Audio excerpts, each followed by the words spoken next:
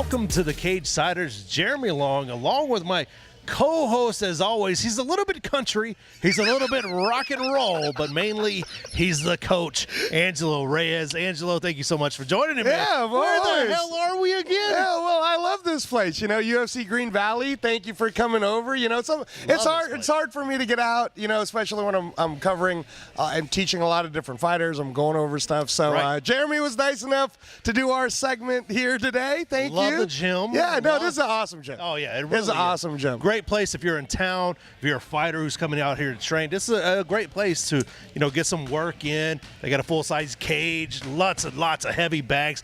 The main guy, Joseph Haycox, is right over there here doing his stuff. Left doing our thing. He's throwing in. He's mean mugging me right now. Ladies and gentlemen, he's mean mugging me. He was on our show last week. He's a bit of a camera hog, so we're keeping him up. He does the biceps. The ladies love it. That's what we do here, man. So a lot of MMA and boxing action. Yeah, this Mayweather McGregor is taking up the headlines. Every week we got to talk about Mayweather McGregor. All up to August 26th. So the most recent one, right?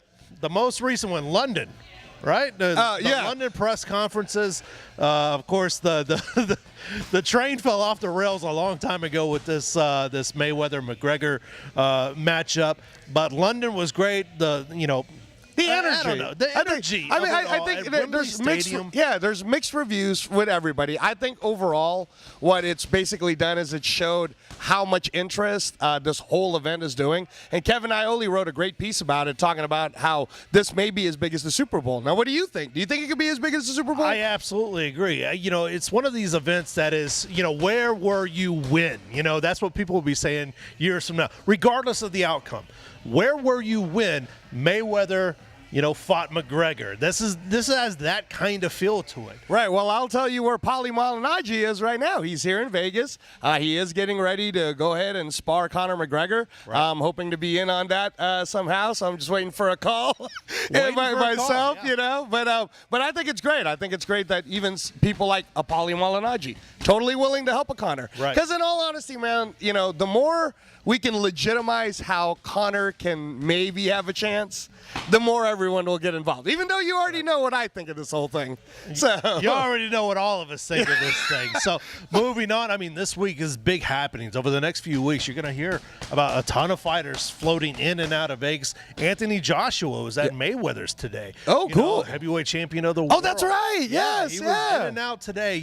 These guys, we're going to talk to Khalil Roundtree at some point. Okay. He's coming off the big KO win in Scotland. At Glasgow. Okay, cool. All right.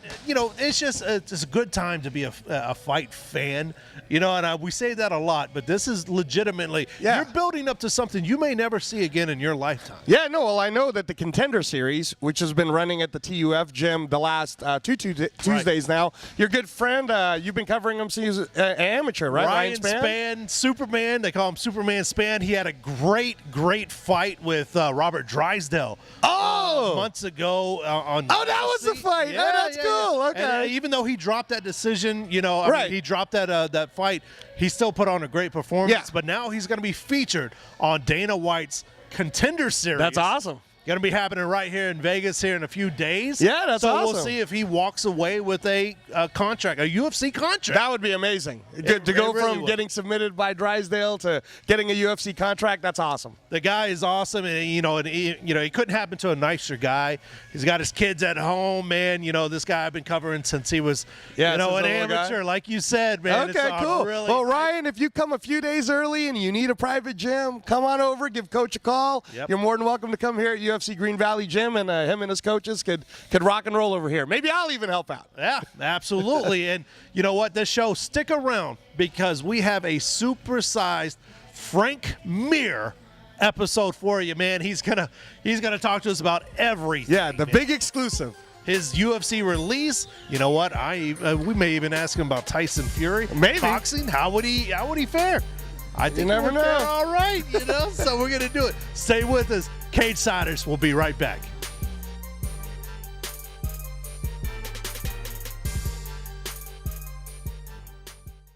Hi, everyone. Welcome back to the Cagesiders. Jeremy Long, along with the coach, Angelo Reyes, and we're joined in studio by two-time UFC heavyweight champion Frank Mir. Frank, thank you so much for joining us. I'm glad to be here. Thank you. And see, for the second week in a row, I had to make sure I wore the shirt, man. That's because we don't have a clothing budget. We wear the same clothes in every episode. Maybe real water. We'll put that now since Frank's an owner, right? Now, Frank, we're on the heels of that news where you're finally free from the UFC. You can do whatever you want. So me and Jeremy kind of wanted to have a little bit of fun with you because we know you can do multi-sports. And Mayweather, McGregor. Soccer, not so much. But oh, okay. All right. Damn it, there goes my question. Now, I believe it's still happening. Your ADCC fight, ADCC match with Chael Sonnen is in September, right? It is. The weekend, the 22nd, 23rd, 24th. I don't know which day exactly in that tournament it'll be, but can you talk to us a little bit about that format, the ADCC format? well, basically it's just going to be, they have tournaments, weight classes going for anybody who's familiar, and it's submission grappling. Right. So they have a whole point system, a no point system, it's submission orientated that goes through and then they do bracketed, and you don a champion in different weight classes, and they do an absolute. But inside the tournament itself, they'll do super fights, where you get to see guys that have already of note, having matches, and so you kind of get to, play a, fantasy matchup, where, normally, sometimes, you can have tournaments, and sometimes you get those marquee matchups of guys that just don't line up together because, one guy got eliminated earlier, maybe they competed different years, whatever the case may be, whereas when you do the super fights, you can specifically say, okay, well, what would it be if, if Frank Mir fought Chael Sonnen in a grappling match? If we enter the tournament, you got to hope that we run into each other, but this way, we get to go through. And originally, Chael Sonnen was supposed to be taking on a real legend of our sport, Ricardo Laborio. Right. The American top team. Yeah. Oh, okay. So, but he had some kind of a knee injury, and I guess to the extent that even though the injury was a couple months ago and the fight still wouldn't be until September, he knew he wouldn't be, make a good showing of himself. So very respectfully, he pulled out instead of just, forcing it to happen, the match. And so at that point, the ADCC, contacted me, asked me if I'd be willing to take on Chael. And, at first I was like, oh, wait a minute, Chael and I, we do the podcasts, together. So, right. We're You're friends. Yeah, we're friends. I mean, I don't pay his lights or anything, but, we like each other, you know what I mean? We have each other's cell phone numbers and we talk and congratulate each other after fights. And, but, at the end of the day, it's an opportunity to compete. And, hell, like I've brought up to people before, most of the people that I've submitted or hurt in sparring are my friends anyways, because it's in the gym. Okay. If you think about it, who do you hit the most? Guys in the gym, you know what I mean? And so Right. typically those are your guys you're closest with anyways. So, competing against people, your friends and family, it's not as detrimental as people think, especially here in a submission grappling match, I don't think is bad.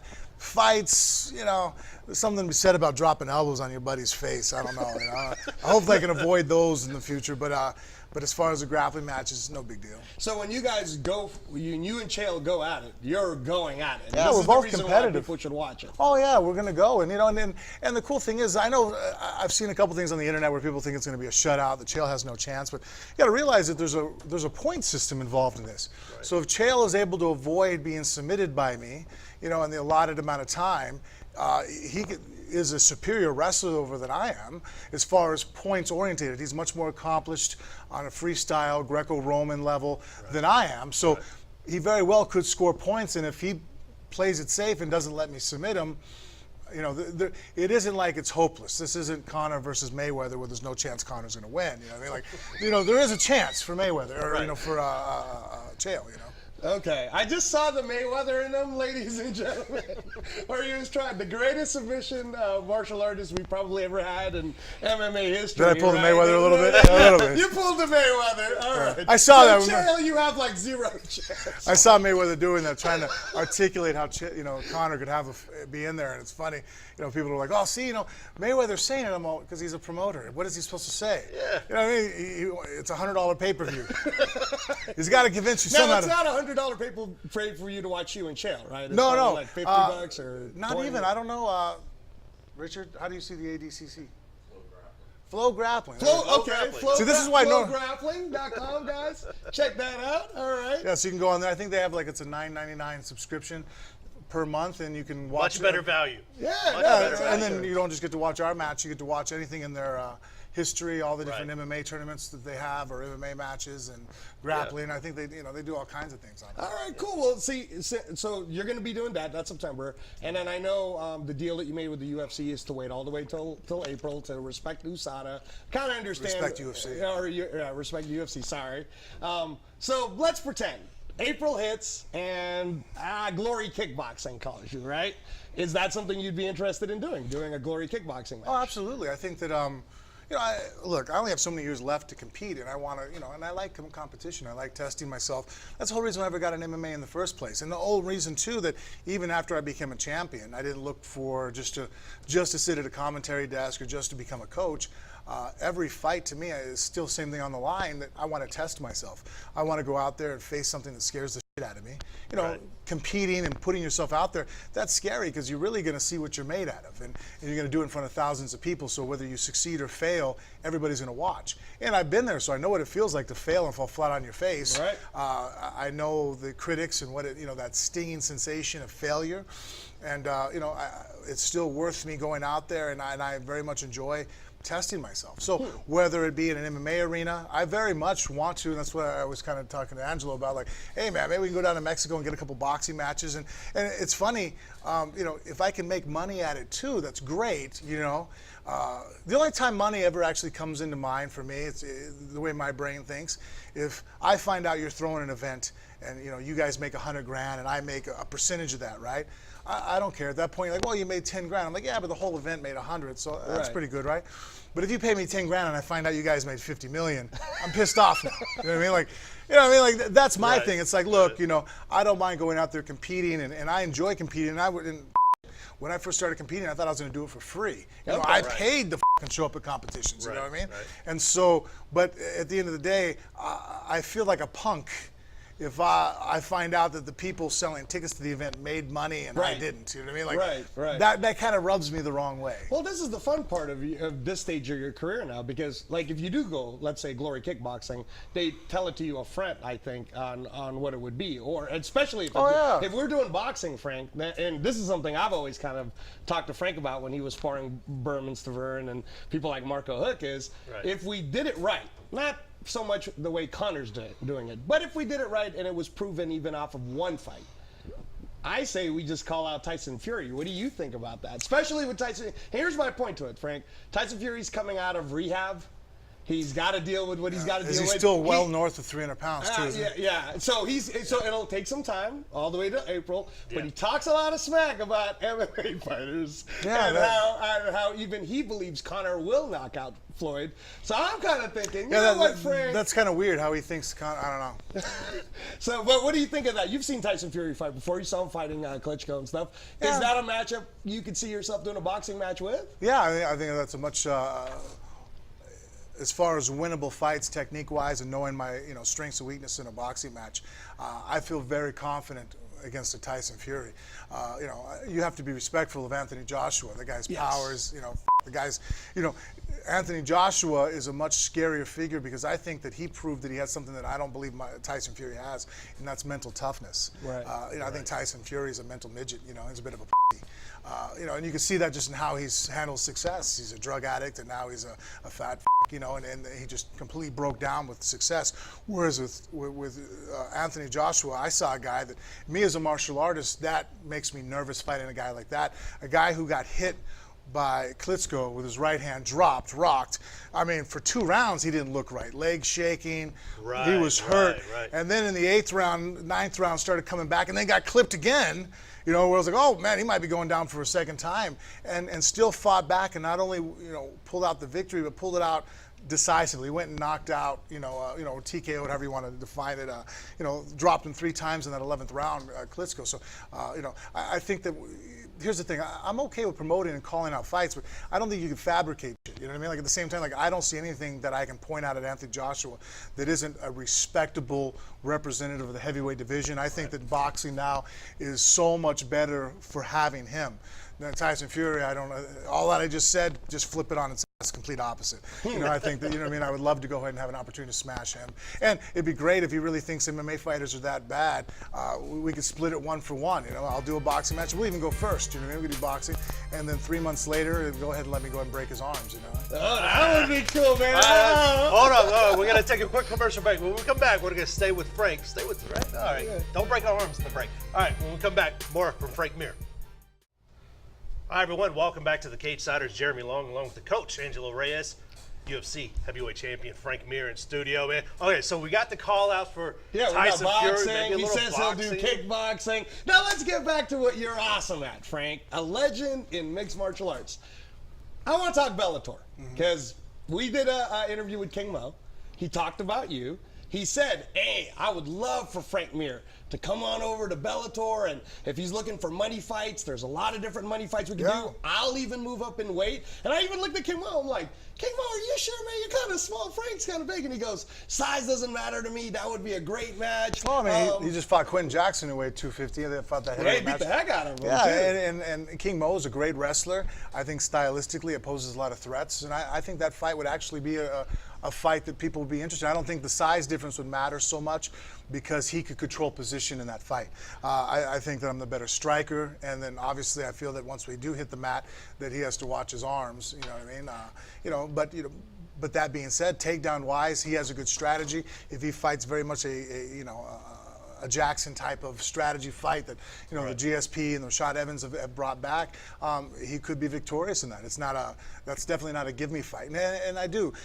Right now I just constantly want to test myself as a martial artist, and and also too, at the end of the day, you want to add names on that list.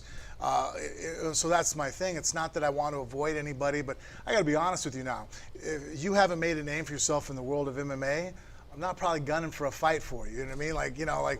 It's not that I'm ducking anybody, but look, I mean, I'm closing in on 40. I'm not here to help your career out. I'm here to help my career out. Right. I'm selfish. I mean, it is what it is. So I'd much rather at this opportunity, fight Fedor, even though he's coming off of a loss to Matt Mitrione. If you said right now, Matt or Fedor, I wouldn't even hesitate. I'd be like, all right, I'll fight Fedor. We'll give you more money to fight Matt. I'm like, I'll fight Fedor. You know what I mean?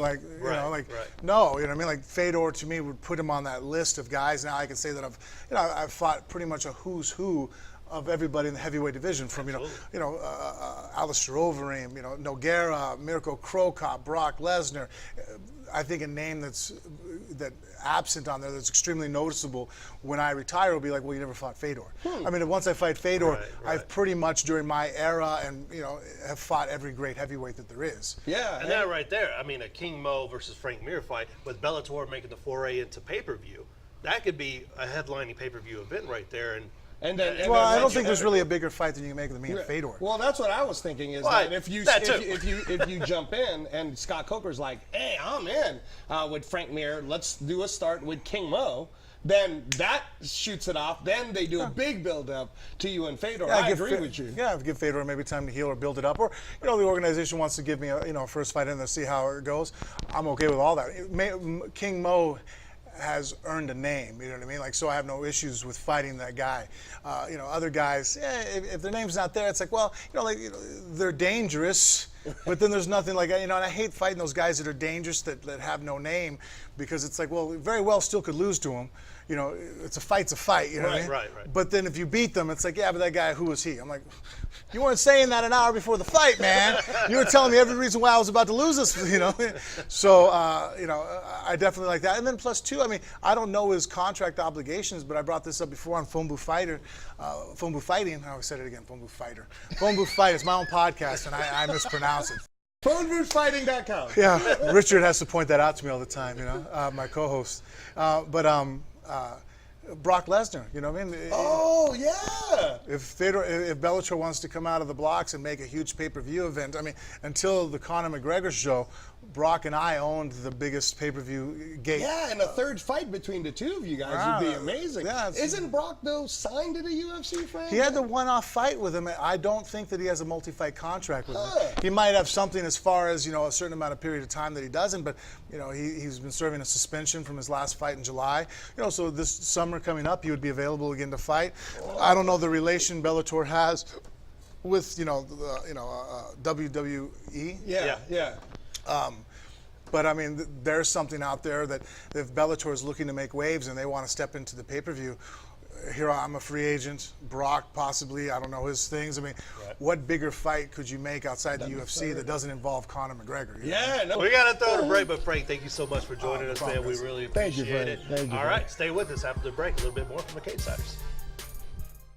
Welcome back to the Cagesiders. Jeremy Long, along with the coach Angelo Reyes. Frank Mir. Man, fun episode. He gave it to us all raw. Boy. Raw and unedited.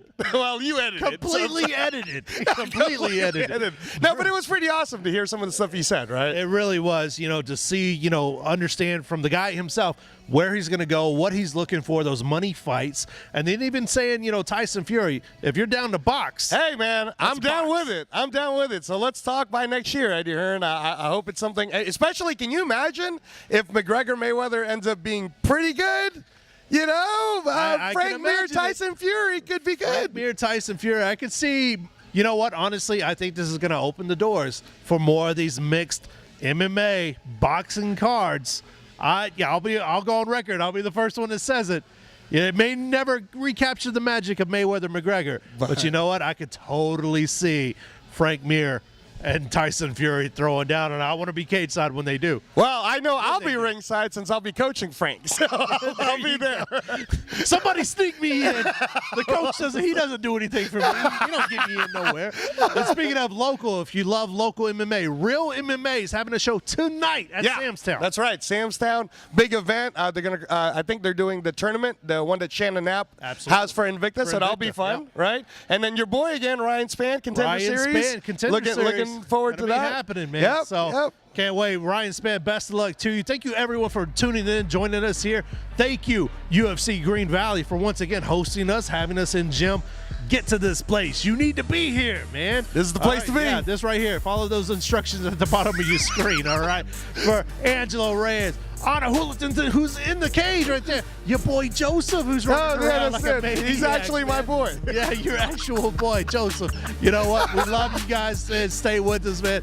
We'll see you next week. Next week. We'll see you next week. Hopefully, we'll see you next week. We're the Cagesiders.